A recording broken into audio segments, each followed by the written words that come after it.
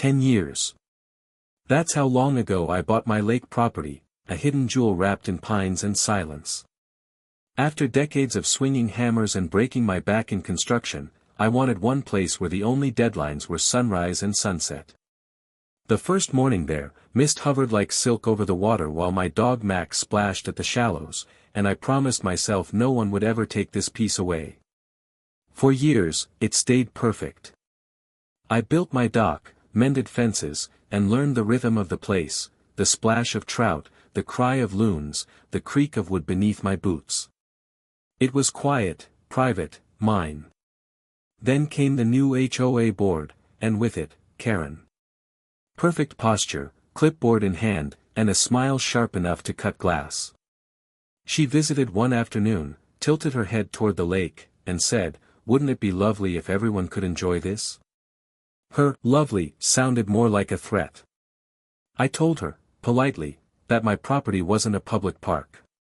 Her eyes hardened just a little, and I knew the story wasn't finished. A week later, I arrived to find 2 kids splashing near my dock, a woman sunning herself on my chairs, and tire tracks on my private road.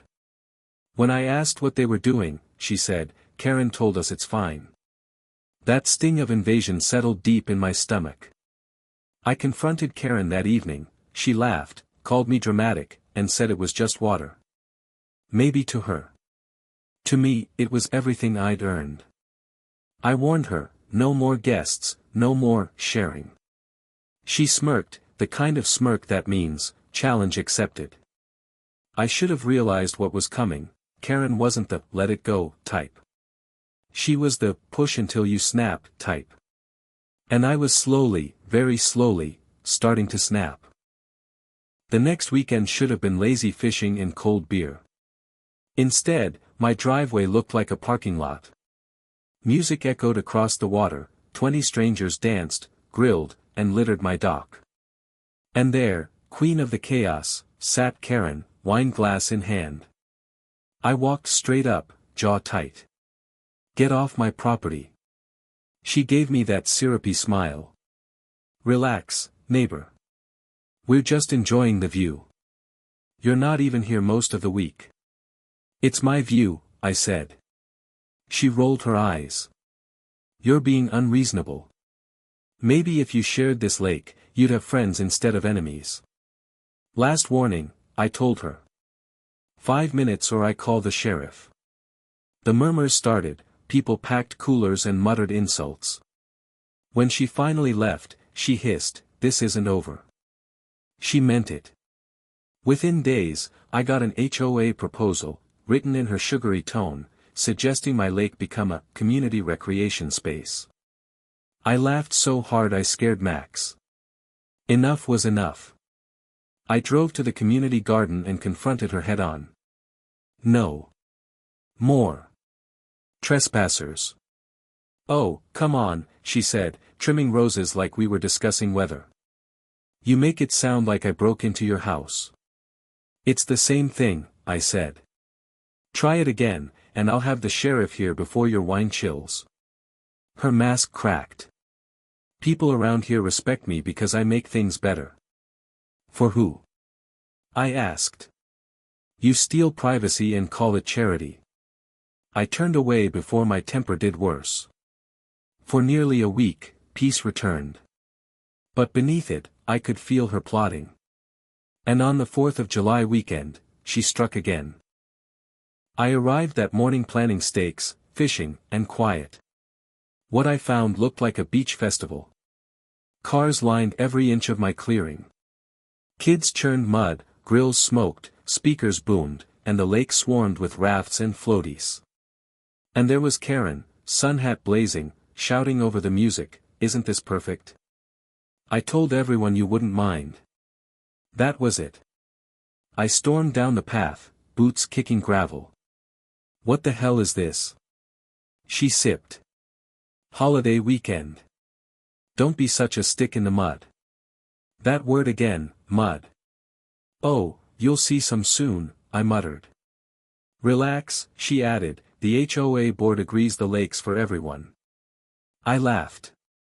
"Show me your name on my deed." Her smirk faltered, but only a second. If you want to make it ugly, I can. The board will open it to the community. Try it, I said quietly. I'll take every last one of you to court. She crossed her arms. We're not leaving. Then I realized something, words wouldn't teach her. The lake itself would. I got in my truck, drove to the far side where a buried metal valve waited, a maintenance drain I'd installed years ago. Was it drastic? Yes. But I'd told her I was done being walked on. I grabbed that handle and twisted. The pipe groaned, a rushing roar filled the air as the water began to flow out downstream. Within minutes, I saw ripples shift, within an hour, the edges sank like someone deflating a balloon. Lesson in progress. I parked my truck back by the clearing and leaned against it, waiting.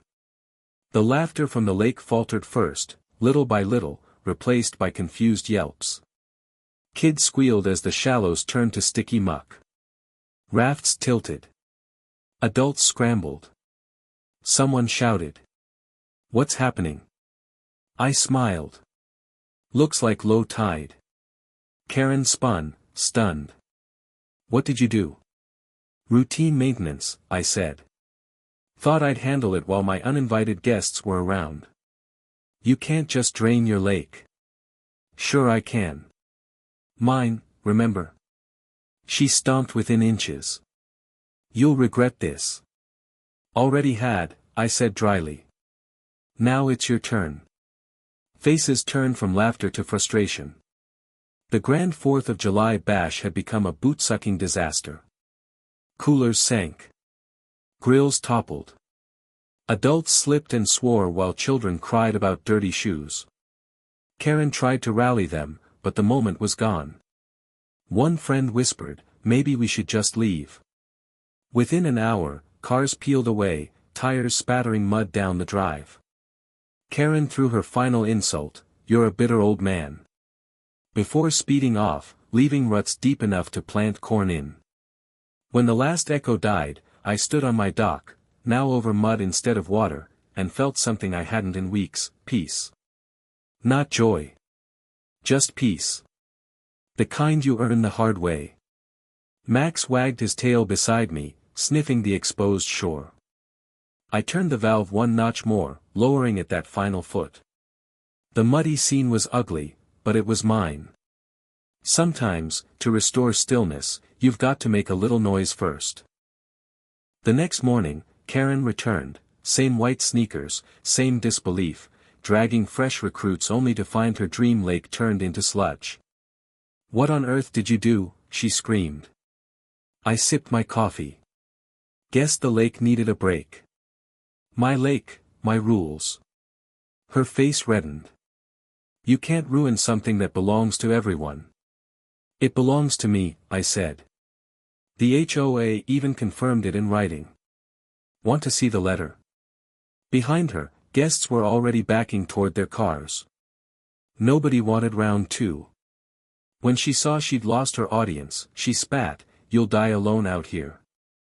Better alone than surrounded by people who steal my peace, I said. Her car tore away in a spray of gravel, and for the first time since this nonsense started, the only sound was wind through the pines. Over the week that followed, I let the lake refill inch by inch, watching the reflection return to its calm mirror. Word spread fast, the guy who drained his lake to stop the HOA. Some said I went too far, others called me a legend.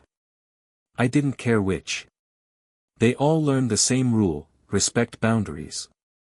By month's end, life was quiet again, just me, Max, and the gentle lap of water. Sometimes I'd raise a beer to the dusk and think about that day. I didn't drain the lake out of spite. I did it to remind people that ownership and respect still mean something. Karen hasn't shown her face since. Maybe she finally understood that you can't bully someone who's willing to empty a lake to prove a point. As I watched the last light of summer smear gold across the recovered water, I smiled. Peace, it turns out, isn't something you're given. It's something you protect, even if you have to pull the plug to keep it.